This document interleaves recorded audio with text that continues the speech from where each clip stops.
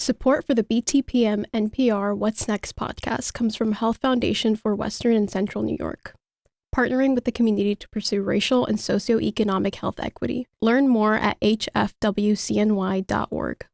From Buffalo Toronto Public Media, this is What's Next, an hour dedicated to amplifying the voices of marginalized and underrepresented communities across Western New York and Southern Ontario.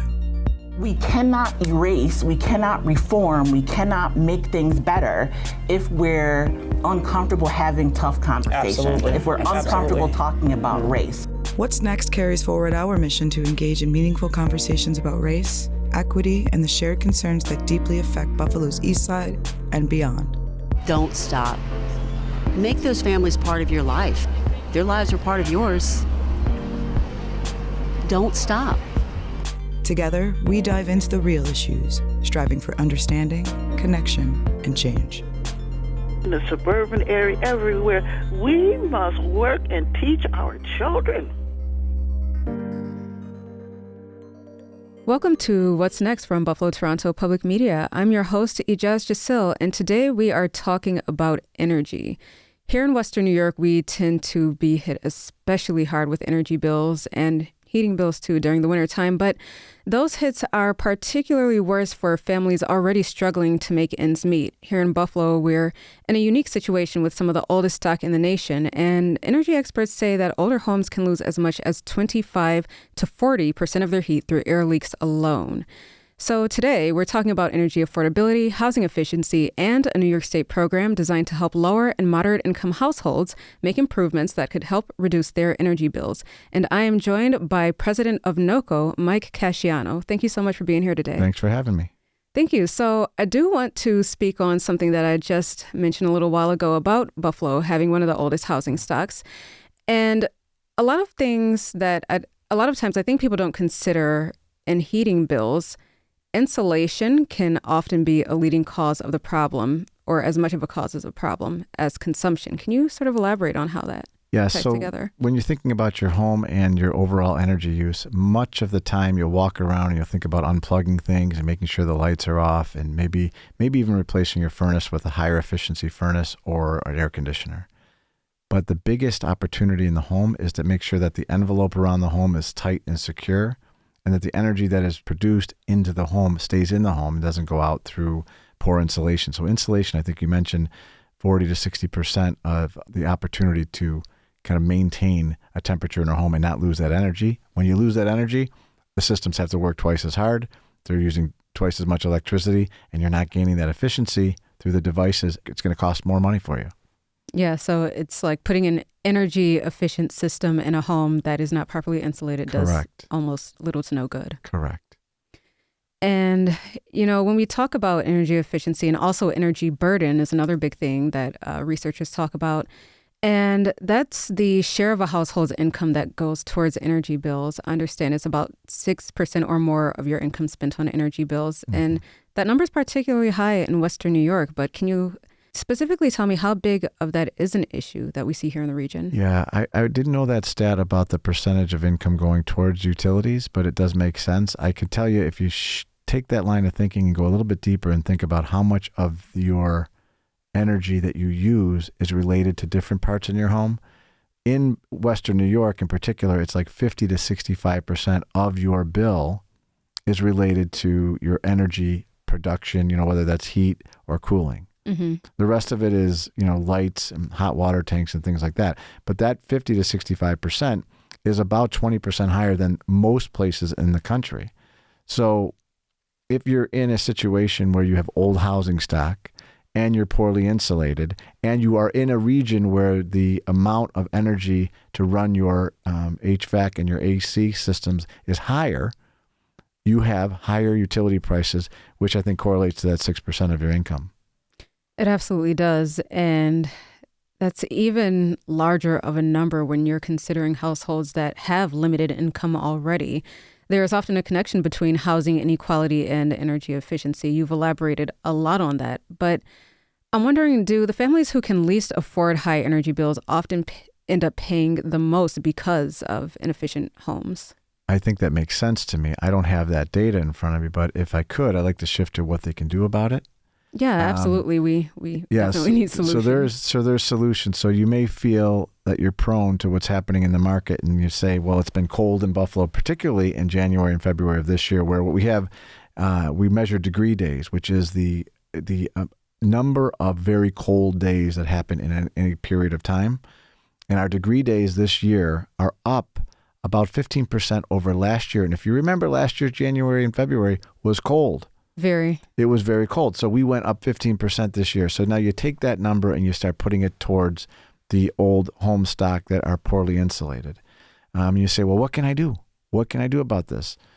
Well, the first thing you can do is call NOCO and schedule a free, and I mean totally free, energy audit for your home.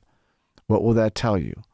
That will tell you exactly where you're losing energy in the home. Whether it's the furnace that you have, we'll do an assessment of the furnace. It may be a very low efficiency furnace that is causing you to just burn through cycles of energy that you otherwise wouldn't have to use. But it's a little bit even simpler than that. When you talk about the old housing stock, where are you losing energy because you're not properly insulated? So our engineers will come in, they'll blow or they'll put plastic over your doors and windows, and they'll blow air through your home. And they'll find out specifically where you're losing energy. And that is like a report card for your home. And what happens 9.5 out of 10 times, it's because you don't have a solid, tight envelope around the home. So you're not insulated properly.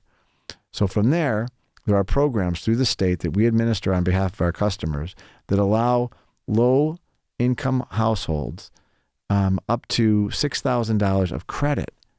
So if you have a $6,000 credit, you may be able to get your insulation upgrade for free. Wow. Now, on the moderate income, it's a little bit more than that. It's about $12,000, but it's the same principle. So when you think about, anybody can go to the NYSERDA website and look this up for themselves and look how many people they have in the household and what their income is, and you can find out if you're eligible. But it's one of those things, EJazz, that I think you have to do. I don't know how you can do it. If you're home or you're listening to this and you're saying, I have high energy bills and I don't know what to do about it, this is something, now you've heard about it, you need to do something about it, and it's free. And the result is going to be most likely free as far as the remedy, and that will lower your energy bills. And who actually has the power to do something about this? Is it just homeowners, or can renters partake in this as well? That's a great question, because a lot of times people think you have to own a home to do this, but no, renters can participate. Of course, if we're going to be putting insulation into the home or re-insulating the home, sometimes it's a little bit, I don't want to say intrusive, but you don't own the home. And in certain cases, we actually blow insulation into the ceiling through these little micro holes, and we blow the insulation in. So you want to tell your landlord about that. And most likely, your landlord is going to be delighted about it because they're improving their facility that they own, and you're improving your opportunity to lower your bills. That's awesome, especially when you consider the percentage of Buffalo residents that are actually renters. They far outnumber homeowners. So it's great to know that this is a program that works for renters as well. And, programs like Empower Plus can help hundreds of households. Buffalo has tens of thousands of older homes, though. How much of an impact do you actually expect this program to make in the city? Well, I can tell you that the biggest part of this program is awareness. All right. So just being aware of it is the biggest part, or the biggest challenge. The program's been in place since 2020. And I believe that if you told 10 people who were income eligible for this and you asked them, would they be interested? I think 9.5 out of them would be interested. So it's one of those things, EJazz, where you just have to get the word out and make the commitment, and you don't have to pay. There's no scheme here. That's the best part. It sounds like a scheme. Somebody said to me, that's too good to be true. And in this case, it might be, but it is true. You get a free assessment to know exactly where you're losing energy, and you have up to $6,000 to remedy that. And after that, you have a tighter home and your energy usage will go down. That's actually very, very helpful to a lot of households, I imagine. And I always like to look at the solutions aspects of things. This is something that I imagine can definitely help many households. Also looking at other programs and initiatives designed to help folks like HEAP, for example. But when you get to the root of a lot of these solutions, they're somewhat temporary fixes, whereas what you're proposing here has the potential to help someone really upgrade their living space so that in the long term, it can help with energy efficiency and lower those bills. I agree with that. It is certainly more of a permanent solution, and it is peace of mind. Wouldn't it be nice to know, like right now, many of those renters or homeowners are living in homes where they know the insulation is not adequate. They know it. And they may not have the funds to make the upgrade. So when you do this, it is a permanent solution. You get it this year, next year, the following year. It will be done, and it'll be done right. So while someone is learning about this today, and they obviously have not applied yet, what can people start doing in the meantime to conserve energy to maybe see that electric bill a little lower in the coming month? Well, I can tell you that just a 1 or 2 degree difference in your thermostat is very important, because you'll be surprised that that 2 degree difference will save you about 12 to 15% on your bill. That's a big deal. It's a lot of money when you start, you think about the difference between giving that to the utility company or giving it to the grocery store. It's real money. There are some other things like making sure if you have ceiling fans, that your ceiling fans are going clockwise instead of counterclockwise. It may not seem like a big deal, but because heat rises, that will keep the heat down and you'll have a more comfortable home. And if you're going to have the fan on anyways, you might as well have it go in the right direction for you. The more you know. I never imagined. Isn't that something? And then in my household, maybe you can get my daughters to turn their lights off in their room when they leave. But those little things, turning the lights off, weatherization and weather stripping, another big deal. If you're laying on your living room couch and you look out the front door and you can see air through the bottom of the door, you may just be used to that, but that is another opportunity where you're losing energy. So energy stripping your windows and doors and making sure that you are keeping that in, just like the insulation, keeps that energy in the home and doesn't go out, and it keeps your consumption and ultimately your bills lower. So many little things you can do that quite literally add up to savings. They do.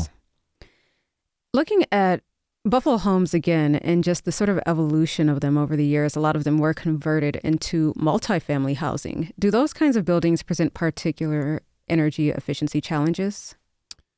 I would say that, the building codes over the years, I think, have gotten better, but you can go to some old homes that have been converted from single family homes to multifamily homes, where we've seen that ventilation system is not as good as it needs to be.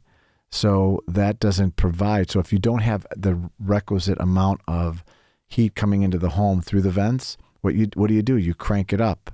You crank up your heat because you think you're not getting, it's not getting warm enough, but you just don't have enough opportunity to bring that heat in because there's only a few areas because they've reconstructed this home. Mm-hmm. So the homeowner will jack up the thermostat and that's just going to raise your usage and your bill. And you're not going to be any more comfortable. Right, because the source of the issue is not actually being addressed. Correct. Now, when you talk about the free audits that you do to help people assess their homes and, where there might be some vulnerabilities, what are the most common problems you come across? Yeah, it's interesting. Well, with some of the older stock, it's just not properly insulated. Like I talked about the building codes. If you look at the new homes, there's a very specific R value for that insulation. And it has to maintain that kind of heat containment. But these homes, you're talking about, you can open up a wall in the city of Buffalo and you'll see cardboard. You'll see plastic jammed in there.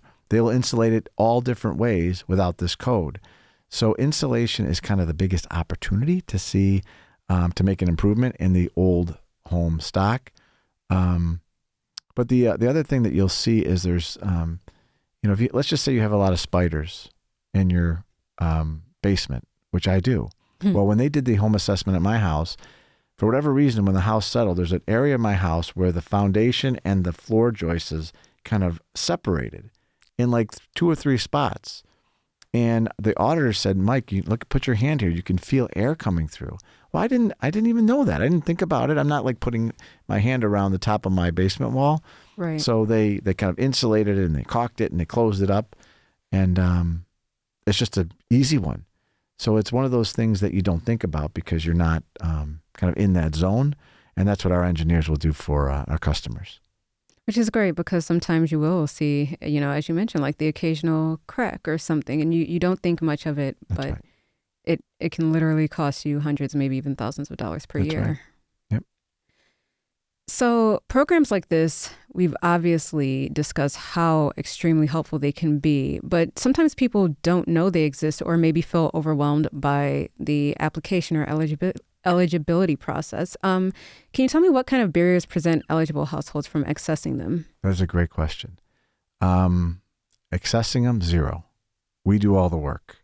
We do all the paperwork. We do all the submission to the state. We do all of the kind of the stuff that would potentially be intimidating to do it to begin with.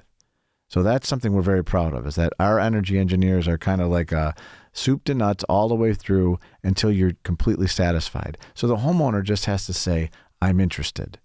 And then we come back and we tell you the results. We tell you kind of what that, what the remedy will cost. And believe me, we are incentivized to cover as much of that as possible. We as a company we care about our customers. Our whole purpose as a company, the reason we have it on the walls all over our office, is to optimize energy and reduce costs with an environmentally friendly solution for our customers. That's why we go to work every day.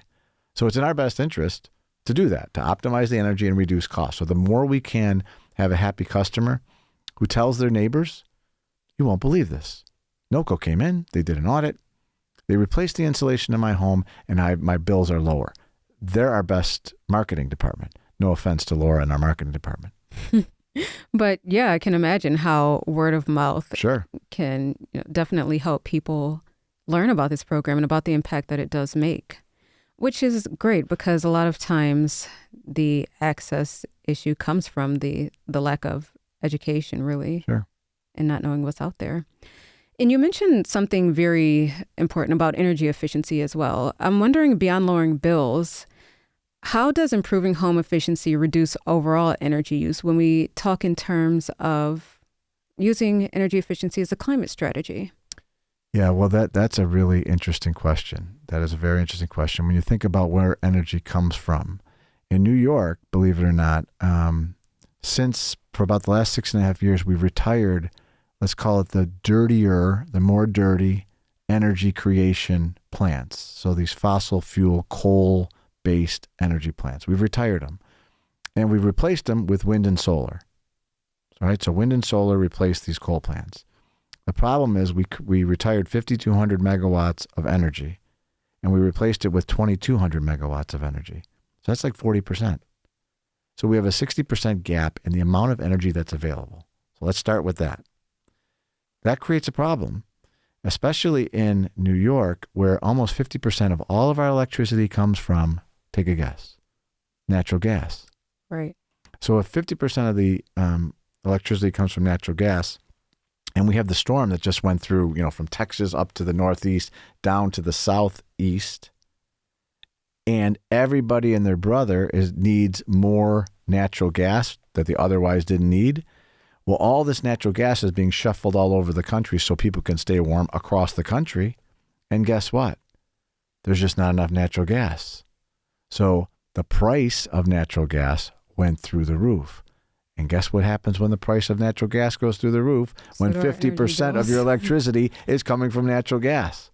So unfortunately, our customers are seeing today and through April and probably into May, they're going to be shocked at their utility bills. I was actually going to ask about that next because I've also seen reports lately about not just the utility bills themselves rising, but things like service fees. A lot of people have been paying a lot more than they expected to this winter. Can you talk a little bit more about these price hikes that we're seeing and a few more of the reasons? You've already given one as to why. Right. So at NOCO, we're responsible for the supply. So if you look at your utility bill, there's a supply and a delivery. There's two pieces. So we're responsible for supply.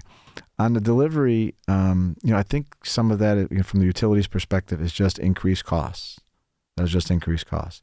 But on the supply side, it is truly the old economics 101, supply and demand. There wasn't enough energy, and everybody needed it.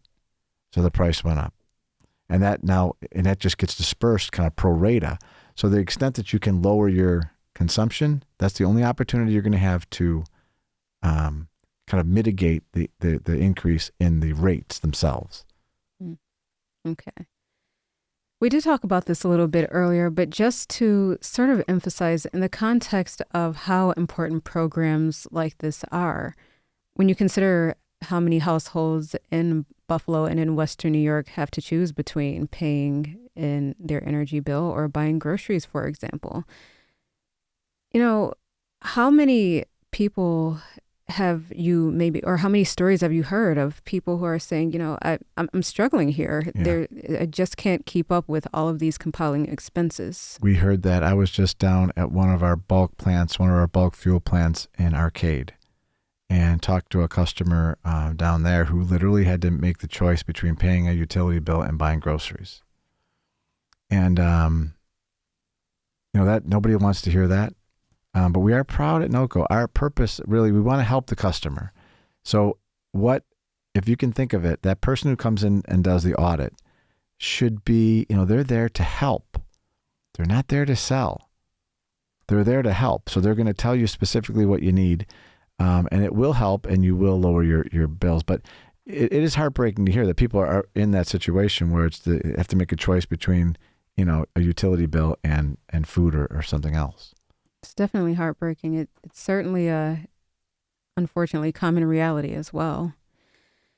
I want to get into the folks who do the work that you are describing. I'm wondering, because your company has trained workers to install some of these efficiency upgrades, what kind of skills or jobs are involved in that work? Yeah, well, we have all different types of engineers. We have these insulation technicians who are skilled on the techniques, because sometimes it's not as clear. Think about it. In a new home, it's quite easy to insulate before the drywall goes up. Right. And we're not saying that we're going to go into everyone's home and take all the walls down and put them back up, right? That's not what we're doing. Yeah. So they have very specific techniques. I can't really give you the details on that. I've seen them do it. But like I said, they can poke these little holes into your ceiling and blow insulation in and cover your entire ceiling if it needs it. In our HVAC technicians are able to look at your furnace or your air conditioning unit and very quickly tell you, is it operating at peak efficiency? And if not, sometimes it's a maintenance issue, replace a part, or maybe maintain that furnace a little bit differently. Or in some cases, it's like you are better off not having this older furnace and getting a new furnace. And again, that's where, EJ, that we feel really good about ourselves, because we offer different levels of pricing and we offer financing.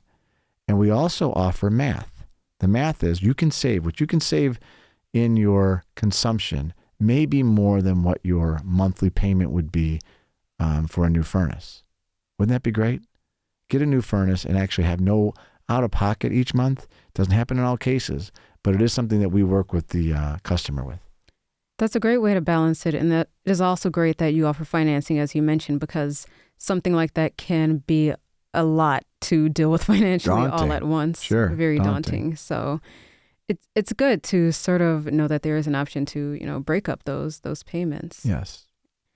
And in looking at things like financing and other services that you do offer, can you talk to me a little bit about the ways that NOCO does work with their customers to meet them where they're at? Yeah, well, there is certain customers that when you go through a winter like this, it's just devastating. And you may not have the funds to kind of pay for your propane or pay for your home heating oil. And we are very proud of the fact that we will put payment plans in place and extend those payment terms for our customers. We have an owner who has a heart. We're in our 93rd year. He believes that this is our responsibility as a company, and we put these practices in place because we care. Which is good. You always want to know that any company that you're working with or that's servicing you genuinely cares about you. Sure. So you have talked about that we are seeing a particularly hard hit in utility costs this winter. You did speak about the fact that we've seen some of the lowest temperatures we have in years, but are there any other reasons as to why heating costs are hitting people particularly hard this winter? Yeah, I think primarily is what we talked about earlier. Just the storm was a little bit unusual. So that storm really threw things in the markets upside down. You could, not to get political, you could talk about the war and what's happening with oil and how that's going to impact home ownership as well and their utility bills. But no, it's, if you have 2 years in a row with these degree days, the way I described it, I think it's time to plan on it being there the third year. I mean, we did have a run here in Buffalo where the winters were, let's just say, on the milder side. But what's happening, what we're seeing is that these events are happening just as much in the winter as they do in the summer. You know, when you have a run of 90 degrees for 3 or 4 days, we're seeing the same thing happening in the winter. So our advice is to just plan for that. If it doesn't happen, great, but plan for it. It's going to happen. We have no reason not to believe it. And we also have no reason to believe, and I wish I had better news, that the utility rates are going to come down. We have no evidence to point to that says this is why we think over the next 4 years they're going to come down. And unfortunately, we don't see them going anywhere but up. So that is makes you feel pretty bad. It does, especially. Right. So everything we talked about so far, if you have limited income. So I suggest that your listeners take some action. And rather than feel bad, which I understand that, wow, this is a bad forecast that Mike's giving us. But Mike is also telling you, we have a solution for you, and you don't have to feel as though you're on your heels. You can get on your toes and be ready for it and do something about it. And you're going to see the results.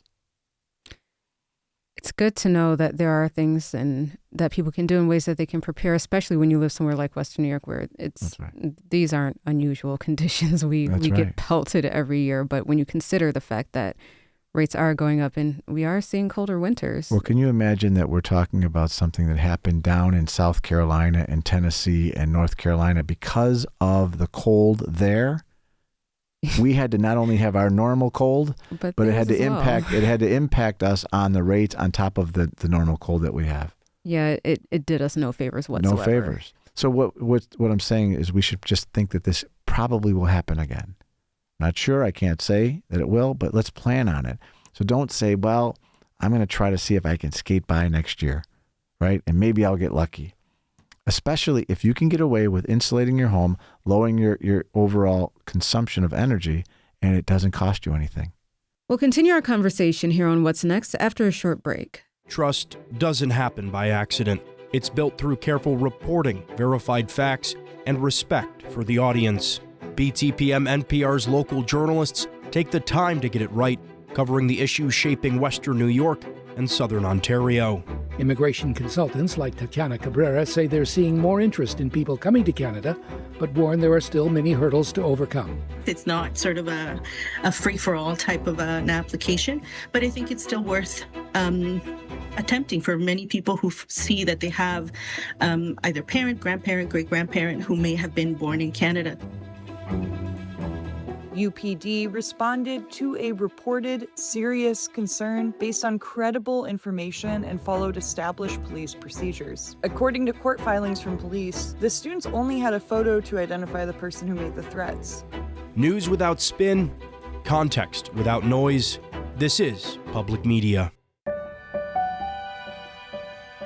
An easy way to give to the station that has given you so much over the years is by naming Buffalo Toronto Public Media as a beneficiary on an existing or new life insurance policy. For more information, contact me, Lisa Latrovato, at 716-845-7031.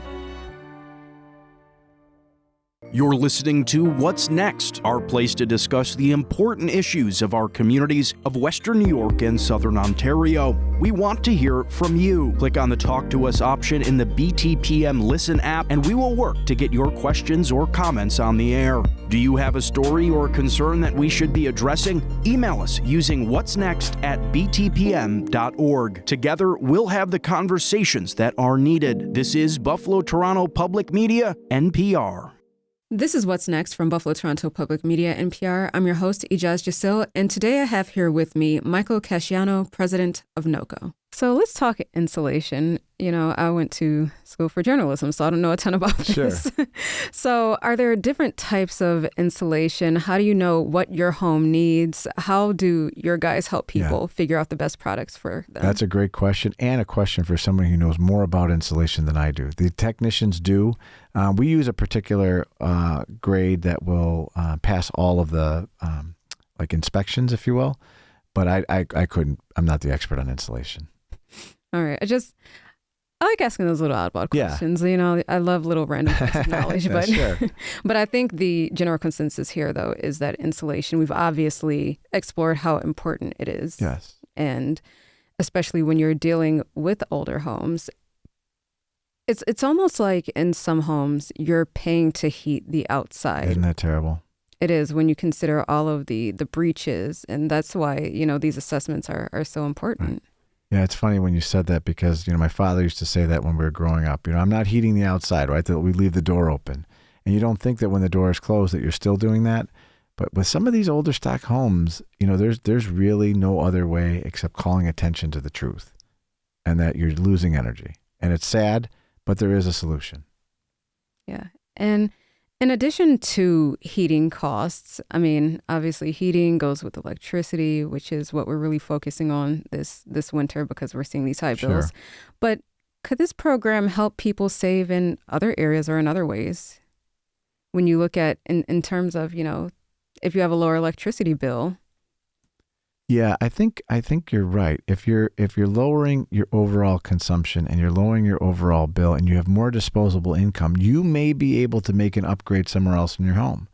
The hot water tank uses about 18% of the energy. So remember we talked about 50 to 65% is your heating and cooling. About 18% of your energy is your hot water tank. It may be old. It may be inefficient. There are some incentives through the state and other programs for that as well that we can help with. But you may have more disposable income to address that particular need. And then, of course, the more you can replace your light bulbs with LED light bulbs, another opportunity. That's about 11% of your usage in the home. It just will lower that consumption just by replacing an older version lighting with an LED lighting. That's great because I was actually just thinking about what are some ways to improve energy efficiency. We have been talking about costs, and sometimes those costs are beyond what we have control over, but there are things that we can do to be more energy efficient. Yeah. And it's the little things. You know, it all adds up over the course of the 31 days that you're getting billed and all the 24 hours in those days. When you think about all the things that you do and, you know, everyone's parents said don't leave the water running and, you know, those kinds of things and turn off lights. But in this climate, no pun intended, where we have such high rates, it all adds up. Yeah, all those things that you thought your parents were nagging you about now make so much more sense that you're a bill-paying adult. They're actually smart about it, yeah. Yeah, it's like, oh, you were onto something all along. A huge part of, as another thing we talked about earlier, people getting the resources they need is education. Beyond just getting educated about how to enroll in this program, what are some other things that people should be learning, whether it's about energy efficiency, about lowering their bills? What are some resources you suggest to someone who doesn't know where to start? Well, I could tell you that the easiest thing to do is go to ChatGPT and say, how do I lower the energy use in my home? And it gives you an incredible series of steps that you can do. And that's really easy. But I think if you walk around your home and you look at your home differently as an opportunity to save money, and you literally look around your home and do your own assessment, you will find that your lifestyle, your habits, maybe are working against you and you didn't think about it. So the first thing is just being aware, which is no different than getting the assessment, you know, getting that actual printout of where you're losing energy, is just looking around your home and saying, this is where we can save. You know, you may have a freezer in the basement that doesn't have anything in it that's on. Well, don't run that freezer all year long with nothing in it. Or, you know what I'm saying? Those kinds of things. It adds up. It does add up, absolutely. And it does make you look at areas where, you know, maybe you overlooked that you are consuming an abundance of energy here and you don't need to be. That's right. And when you think about, you know, as you said, maybe using something like ChatGPT or an online search, you can really customize a energy savings plan. That's right. That, you know, I think that's something I don't think a lot of people think about. Yeah, you use the term energy savings plan. It's actually very close to what we talk about, this energy journey. When you think about what we provide as a company, we provide gas, we provide electric, we provide propane and home heating oil. But there's other things in the home that contribute to your energy use. Insulation, of course. If you wanted to create your own energy, there are programs for solar. It sometimes makes you feel like the Jetsons. I might be dating myself, but it's not that crazy to think about solar and creating your own electricity. Or we have several customers, hundreds of customers that install geothermal that uses the Earth's heat to heat your home. So you kind of decouple from your dependence on the utility. Those opportunities, and there's incentives out there for that as well. I've heard about geothermal. I am interested in learning a little bit more about some of these alternative methods and alternative ways to produce your own electricity. How feasible are they? It's very feasible, and it's very logical when you think about it. The Earth's temperature is 55 to 60 degrees. Okay, so instead of creating heat with a source, whether that's propane or heating oil or natural gas, it goes into Mother Earth and takes that heat and moves it through your home. Wow. Right? And in the summer, it does the opposite. It takes the heat out of your home and puts it back into the earth. And the efficiency of that is like 400 times more efficient than the most efficient traditional furnace.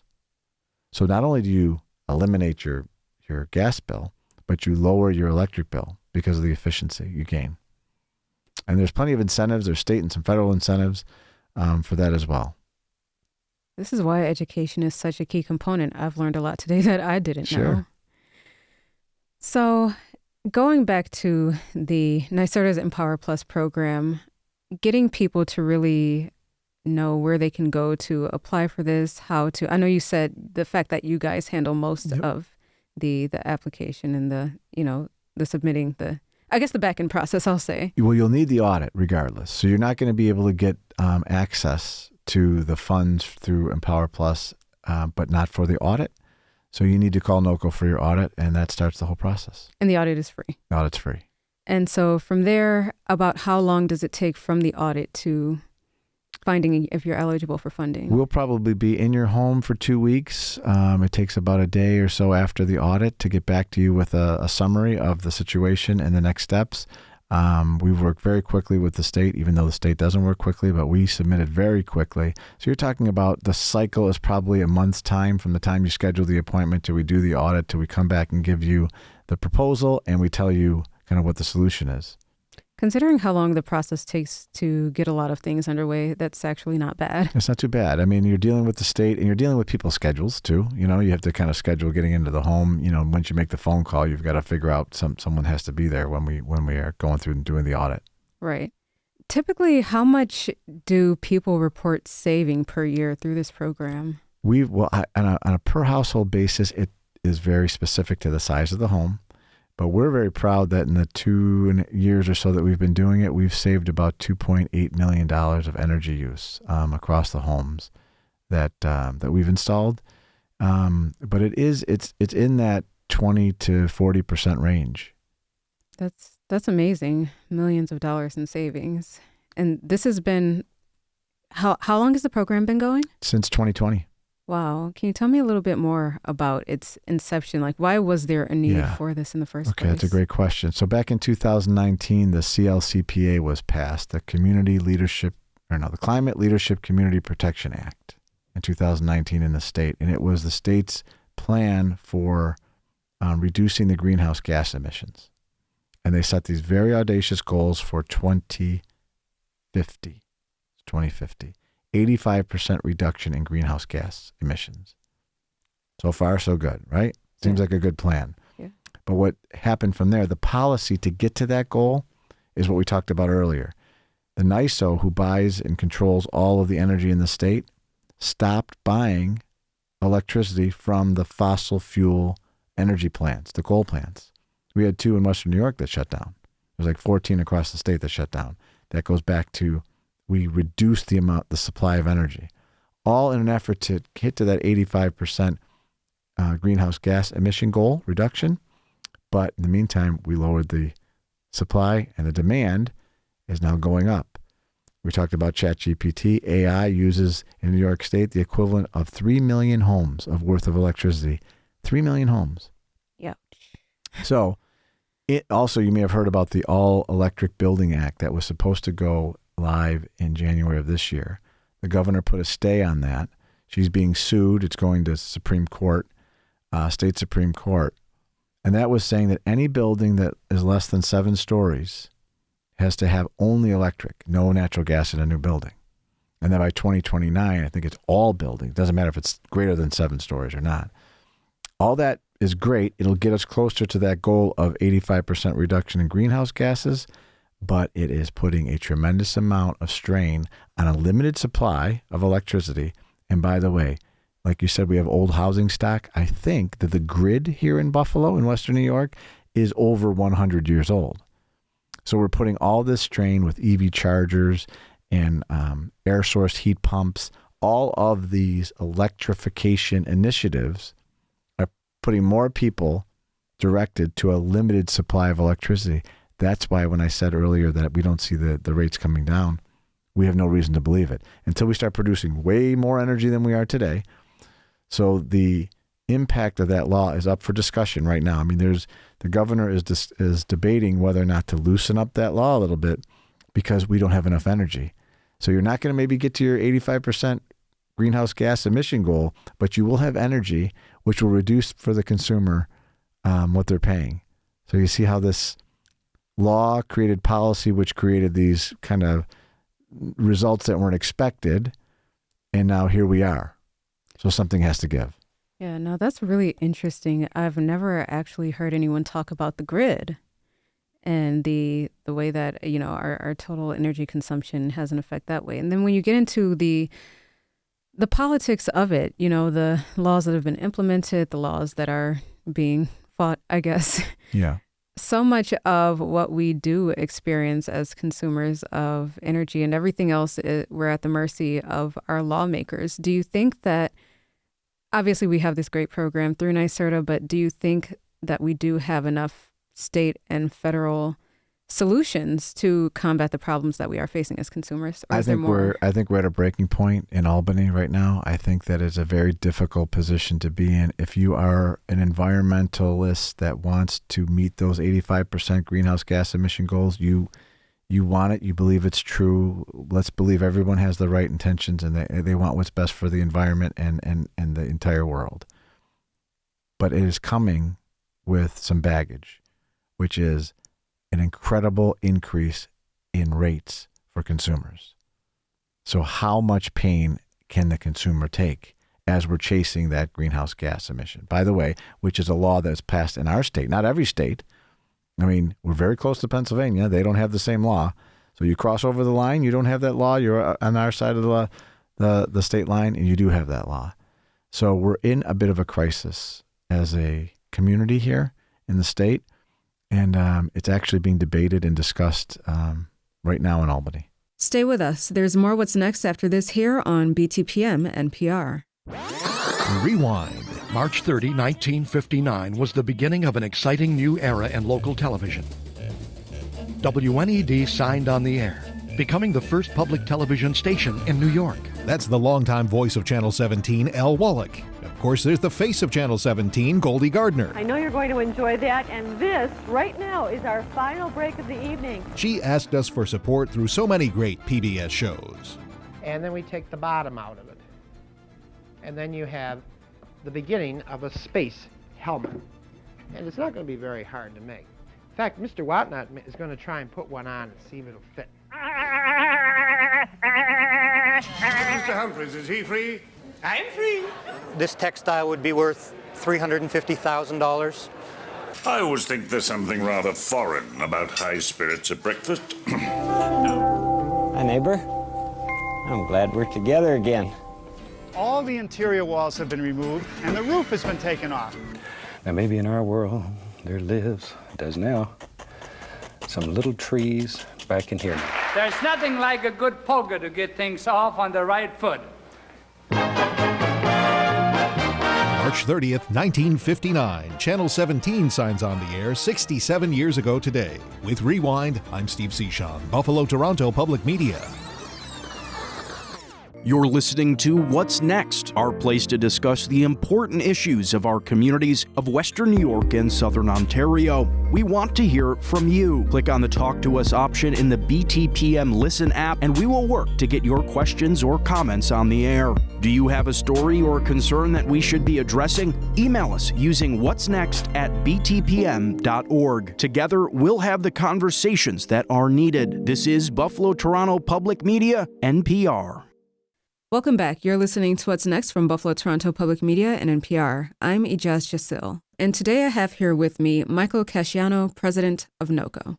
So, do you feel like there's actually enough being done to try to provide some help to consumers by way of our even local government? You know, I know that there are a lot of programs and initiatives out there. Do you think that more should be done, or are we kind of doing the best we can here? Well, I think that to change people's behavior, you have to incentivize them to do that. So the One Big Beautiful Bill has eliminated a lot of incentives for solar that otherwise, again, gives us energy independence. So the unintended consequences of those tax incentives is going to put more pressure on the grid. If you want someone to change their behavior, pay them. So I'm going to give you an incentive to put solar on the roof of your building. You're going to save energy, but I'm going to incentivize you to do that. So in a commercial setting, if it's $500,000, you're only going to have to pay $100,000 between state and federal incentives and rebates and depreciation laws and things like that. Well, that's a reason to do it, because not only am I only going to spend 100 out of the 5, but I'm going to save energy because I'm creating my own. Right? And that gets passed back to the grid and comes back to you as a credit. Well, take those incentives away, I'm a lot less likely to do it. So I believe that if you want to change behavior, you have to offer these incentives. And then you have to do the last part, share the results. Because LED lights has a 40% impact on your consumption. Now, in your home, it's one thing. It's a small amount of electricity. But in businesses, industrial settings, cities that upgrade to LED lights, they're going to lower their consumption with those lights by 40%. But they may not have done it if they didn't get the incentive. They may not have done it. So those incentives that come from the federal government down to the state, down to the utilities, down to the consumer, does drive behavior. So when you talk about what can we do, talk to your legislators about that. Talk about what are you doing, what are you proposing that's going to help the consumers and their energy use. Yeah, they are our voices. Correct. Yes. So if we can get to Albany, we'll have them do it for us. That's right. It's their job anyway. But you mentioned a great point also about looking at results that speak. Things like, switching to LED light bulbs and how that can save energy. What are some other sorts of measurable outcomes we've seen from either from consumer to consumer or widespread initiatives that have actually improved the way that we use and conserve energy? The one that comes to mind is just a old furnace and a newer, higher efficiency furnace. It's a game changer. It is an absolute game changer. Now it comes, with a price, so people need to budget for that. But like I said, we have the financing to help with that. But it's a game changer. 65% of all of your energy use is going through that furnace, one way or another, either through air conditioning or just to heat the home. So if you can improve the efficiency by sometimes up to 40% with an old furnace, you're going to save on your energy use. It's math. Yeah, it's an investment that pays you back. That's right. Yeah. So we've talked a lot about some really great money-saving methods, this program, a lot of ways that people can get educated.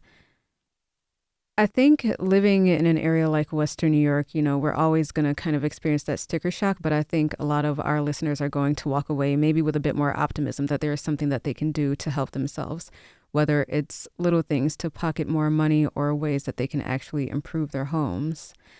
I guess I would just like to sort of summarize, what are you hoping that listeners walk away from this conversation with? I'm hoping that your listeners realize that when they feel as though they have no options, that they've heard what the option is, and it's going to help them.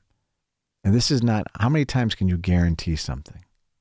I can guarantee it's not going to cost you anything, and I can guarantee that we're going to do it for virtually nothing or 100% cost covered. And that once we do that, you're going to improve the energy in your home and you're going to save money. That's what I like them to remember. That's a beautiful thing. And I guess that would have tied into my next question of why NOCO? Well, NOCO, we've been around for 93 years. It's tough to run a business. And you probably know people. Maybe you have your own business yourself. Everyone has a family member or friend that runs businesses, and a lot of them come and they go. We've been around for 93 years. And we've been around for 93 years because we do the right thing. And this is very personal to us. Helping people with their energy is not a transaction. It's not something that we want to capitalize on. So this spike in energy use and rates and overall cost for our customers allows us to focus on what we've always focused on, but even more. We're here to help. Yeah. And, I know, well, you haven't been around for all 93 years of NOCO. If so, you look fantastic for your age. Thank you for that. Appreciate it. Through the time you've been doing this work, what are just some of the biggest changes you have seen just in the industry and how all of this affects consumers? Well, I think some of it we've talked about. I mean, as a company, you may remember that we had retail stores. So we've kind of got out of the retail business and we sold the terminal, which is where all of the product came in from the pipeline and from rail and by ship. And we've repositioned ourselves and pivoted towards energy use and energy related products. And it all culminated into that purpose I mentioned earlier, that we want to optimize energy at a reduced cost. That's what we want to do. So if you say, what does NOCO do? That's what we do. We don't have to talk about all of the products that we have that does it. We optimize energy at a reduced cost. It's a great, simple thing to remember, and it's true. Mm-hmm. And as you mentioned, the installation a lot of times is one of the biggest problems with higher energy bills. And I think maybe that's something that people didn't know. Maybe it's a misconception that, oh, my energy is probably high because I use a lot of energy, not noticing, well, you have maybe a leak or a crack somewhere. Sure. What are some other misconceptions that people do have when it comes to energy consumption, or maybe why they're seeing higher bills? Yeah, I think we talked a little bit about that, is the lighting and the furnaces. You may have a furnace that is running and it's kicking out energy. So therefore you feel the heat, so it seems like it's going well. But if it's lost its efficiency, or it's just old and didn't have the efficiency that we have today, that's just an opportunity. You have to look at that device and say, okay, that is something that is an investment, like you mentioned, that will start paying off as soon as I invest in it. I'll be more efficient. I'll use less energy. So it's really just having the customers and the consumers just look at their homes differently. And hopefully I got that point across today. Yeah, I think you did. You definitely did to me. I've learned a lot about, I'm even thinking about literal areas of my home where it's like, oh, that's probably draining energy. Yeah. I also wanted to ask, in the context of looking at different households based on need and how inequities sort of seep into every aspect, are there certain households, whether it's the literal structure of the home or the family living there, that are at a particular disadvantage when it comes to not paying their energy bills, but paying, but also the vulnerabilities of having higher bills and how to contend with that? Well, I would say that to answer that question, the income eligibility is a big part of that. So whether you're on Social Security or you're a HEAP customer or a SNAP benefits, most likely you're going to qualify. And that is where we feel the most comfortable, because we want to help that, let's just say, disadvantaged community or that disadvantaged household, do something about it. And think about what we're not selling it. All we're selling is the concept. We're selling a free audit and a solution that's for free. Beautiful. Well, I think you've covered everything for me today. I think our listeners have walked away learning a lot. And I do want to thank you so much for educating people about this program. If you can just one more time run through how to apply or how to get that audit first, because that is the first step. Yeah, if you just call the NOCO number 833-NOCO, we will take care of you. Or if you go to our website, you can send in, fill out a form and we will contact you right away. All right, beautiful. Thank you so much, Mike Casciano, president of NOCO. We appreciate your time today and also all of the different aspects of education that you provided about energy consumption. Thanks for your time. Thank you. And thank you so much for listening to What's Next here on Buffalo Toronto Public Media, NPR.